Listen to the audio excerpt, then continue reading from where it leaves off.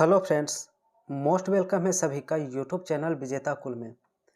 तो साथियों, इस वीडियो में हम सिविल कोड प्यून का 35 हिंदी का क्वेश्चन डिस्कस करने वाले हैं और वो भी आप सभी का बिल्कुल एग्ज़ाम में छपने वाला क्वेश्चन होगा। तो इसलिए आप लोग 1 से 35 तक सारे सवाल का आंसर कमेंट बॉक्स में ज़रूर बताइएगा और लास्ट में आप लोग कमेंट करिए कि 35 में आपसे कितना सही हुआ है। आप लोग ये भी कमेंट बॉक्स में टाइप करेंगे, ठीक है। तो चलिए वीडियो की शुरुआत करते हैं आज का पहला प्रश्न से। और फ्रेंड्स, चैनल पर पहली बार जुड़े हैं तो इससे पहले हमने कई वीडियो आप सभी का प्लेटफॉर्म का और भी कई सारे सेट का ऑलरेडी कंप्लीट करवाया है। प्यून का प्लेलिस्ट में जाइए, आप सभी को मिल जाएगा। और लाइव सेशन में भी ज़रूर जुड़िए शाम 7 बजे से प्रतिदिन, जहां पर मैराथन क्लास प्यून का होता है, ठीक है। तो चलिए पहला सवाल से शुरू करते हैं। पहला क्वेश्चन लिखा हुआ है कि अनन्या शब्द का सही संधि विच्छेद बताइए क्या होगा। अनन्या का संधि विच्छेद निम्न में से क्या होगा। तो अनन्या का याद रखेंगे अन्य जोड़ अन्य, इसका राइट आंसर होगा। तो ऑप्शन नंबर बी आपका क्या होगा इसका राइट आंसर। दूसरा प्रश्न देखिए, लिखा गया है वह अचानक चला गया। इस वाक्य में अचानक किस प्रकार की क्रिया विशेषण है। अचानक यहाँ पर किस प्रकार की क्रिया विशेषण है, तो याद रखेंगे रीतिवाचक क्रिया विशेषण के उदाहरण होता है यहाँ पर अचानक, ऑप्शन सी होगा। क्वेश्चन नंबर 3 लिखा गया है अन्वीक्षण का सही संधि विच्छेद बताइए क्या है।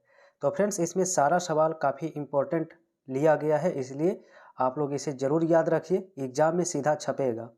तीसरा का राइट आंसर सी होता है अनु जोड़ इच्छन। तो अन्वीक्षण का याद रखेंगे अनु जोड़ इच्छन होता है। क्वेश्चन 4 में लिखा है चिड़िया आकाश में उड़ रही है। इस वाक्य में उड़ रही किस प्रकार की क्रिया है। उड़ रही किस प्रकार की क्रिया है, तो 4 का ऑप्शन बी होगा आकर्मक क्रिया, क्योंकि आकर्मक क्रिया में कर्म नहीं होता है, ठीक है। तो इसलिए ऑप्शन बी इसका राइट होगा, ठीक है। क्वेश्चन नंबर 5 है। 5 में बताना है कि मुझसे चला नहीं जाता, इसमें किस वाच्य का प्रयोग हुआ है। तो फ्रेंड्स, जिसमें ना तो कर्ता प्रधान हो ना ही कर्म प्रधान हो, उसमें अवस्था प्रधान होता है, क्रिया प्रधान होता है, तो उसे भाववाच्य कहते हैं। ऑप्शन इसका सी राइट होगा, ठीक है। नेक्स्ट क्वेश्चन 6 है। लिखा है साधु का स्त्रीलिंग शब्द क्या बनेगा। तो साधु का अगर स्त्रीलिंग बनाया जाए तो ऑप्शन नंबर ए करेंगे राइट आंसर, साध्वी होता है। साधुनी करना गलत होगा, साध्वी इसका राइट आंसर है, ठीक है। चलिए सवाल नंबर 7 है और इसमें देखिए आप सभी से पूछा है कि निम्न में से कौन सा इसमें तत्सम शब्द नहीं है। जो तत्सम नहीं है वो बताइएगा, ठीक है। तो फ्रेंड्स, यहाँ पर क्षीर लिखा हुआ है, मयूर और श्रृंगार ये सभी तत्सम शब्द हैं, लेकिन कोयल तत्सम नहीं है। कोयल आपका तद्भव शब्द होता है। आप लोग कमेंट बॉक्स में बताइए कि कोयल का तत्सम शब्द क्या होता है, तो आप लोग कमेंट बॉक्स में राइट आंसर करिए, ठीक है। चलिए क्वेश्चन 8 है। लिखा गया है कि तुलसी कृत में कौन सा समास होता है, ठीक है। तो तुलसी कृत में होता है करण तत्पुरुष समास। कौन सा होता है, तो करण तत्पुरुष समास। नेक्स्ट 9 नंबर सवाल लिखा है कि अर्धविराम चिन्ह निम्न में से कौन सा है। अर्धविराम का साइन इनमें आप गौर से देखेंगे तो बी ऑप्शन में राइट आंसर लिखा गया है, ठीक है। चलिए क्वेश्चन नंबर 10 है, जो पहले भी ऑलरेडी कई बार हम डिस्कस किए हैं। जो मापा नहीं जा सके उसे क्या कहते हैं। तो जिसे नहीं मापा जा सके उसे क्या कहते हैं, तो आप प्रमेय कहते हैं। ऑप्शन इसका ए राइट आंसर हो जाएगा, ठीक है। चलिए अगला सवाल 11 से होगा और 11 में देखिए लिखा है परंकपीत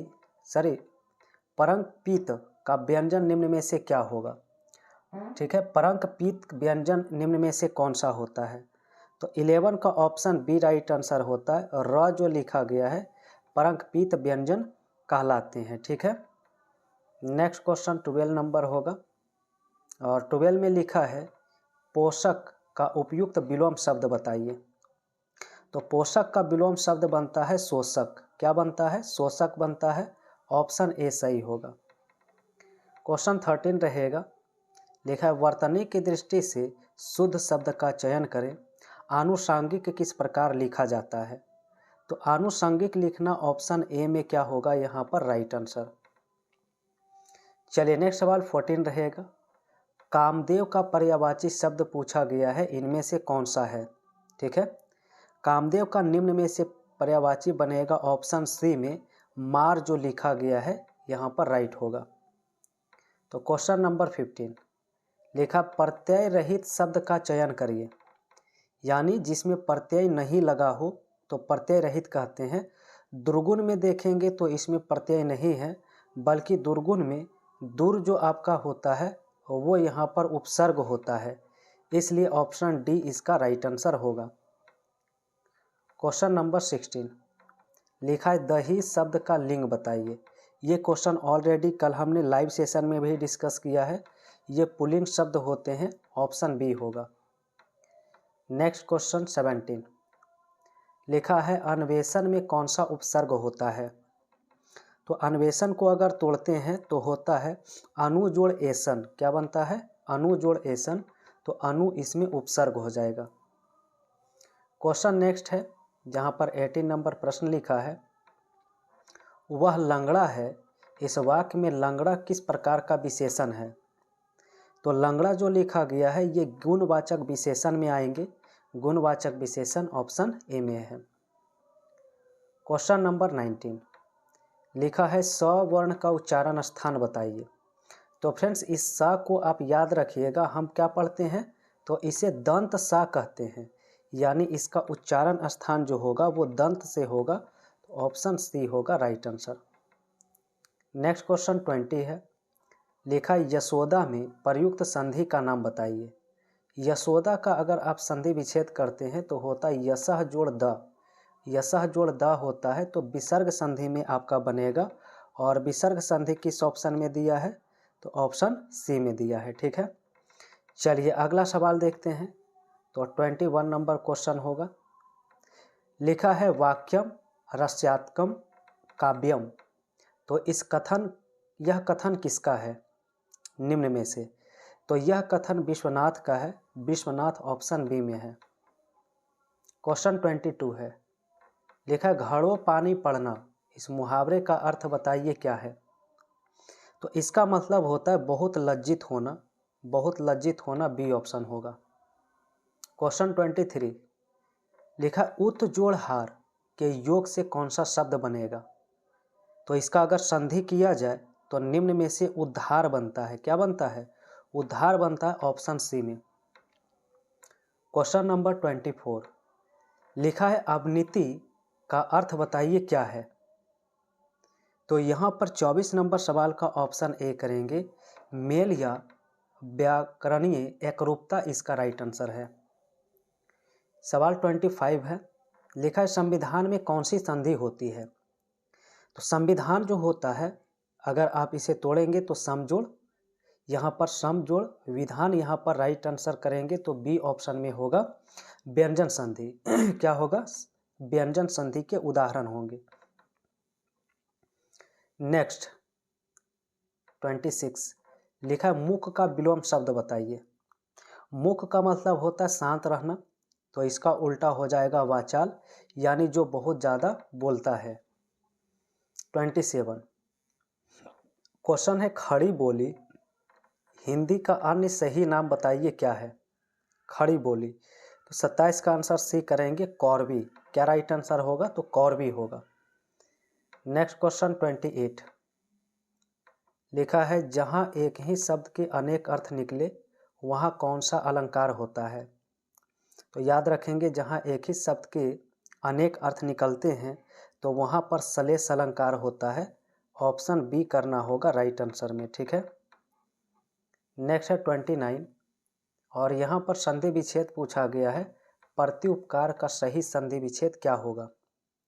तो इसका होता प्रतिजोड़ उपकार। क्या होता है? प्रतिजोड़ उपकार होता है। नेक्स्ट प्रश्न है आच्छादन का संधि विच्छेद बताइए क्या होगा? तो आच्छादन का अगर संधि विच्छेद किया जाएगा तो अजोड़ छादन होगा, यानी ऑप्शन ए में ही इसका राइट आंसर है। क्वेश्चन नेक्स्ट है लिखा है 8-8 आंसू रोना, इस मुहावरे का अर्थ बताइए। तो 8-8 आंसू रोना इसका मतलब है बहुत अधिक विलाप करना। नेक्स्ट होगा 32, और 32 में लिखा है कि परिमाणवाचक क्रिया विशेषण का अवयव क्या है। परिमाणवाचक क्रिया विशेषण का अवयव इनमें जो है इतना जो लिखा गया है यहाँ पर क्या होगा, तो अवयव होगा। नेक्स्ट 33, और इसमें बताना है कि विराम का अर्थ क्या है। ठीक है, तो विराम का अर्थ होता है ठहरना या फिर रुकना। क्वेश्चन 34 लिखा है व का उच्चारण स्थान बताइए क्या है। तो व का उच्चारण स्थान होता है दंतोष्ठ से, ऑप्शन सी करना होगा इसमें राइट आंसर। और आज का अंतिम प्रश्न है, इस सवाल का आंसर आप सभी को कमेंट बॉक्स में बताना है। अतियुष्म में कौन सी संधि है। इस सवाल का आंसर कई बार हमने डिस्कस किया है, तो आप लोग इसका आंसर कमेंट बॉक्स में फटाफट टाइप कर दीजिए कौन सा ऑप्शन राइट होगा।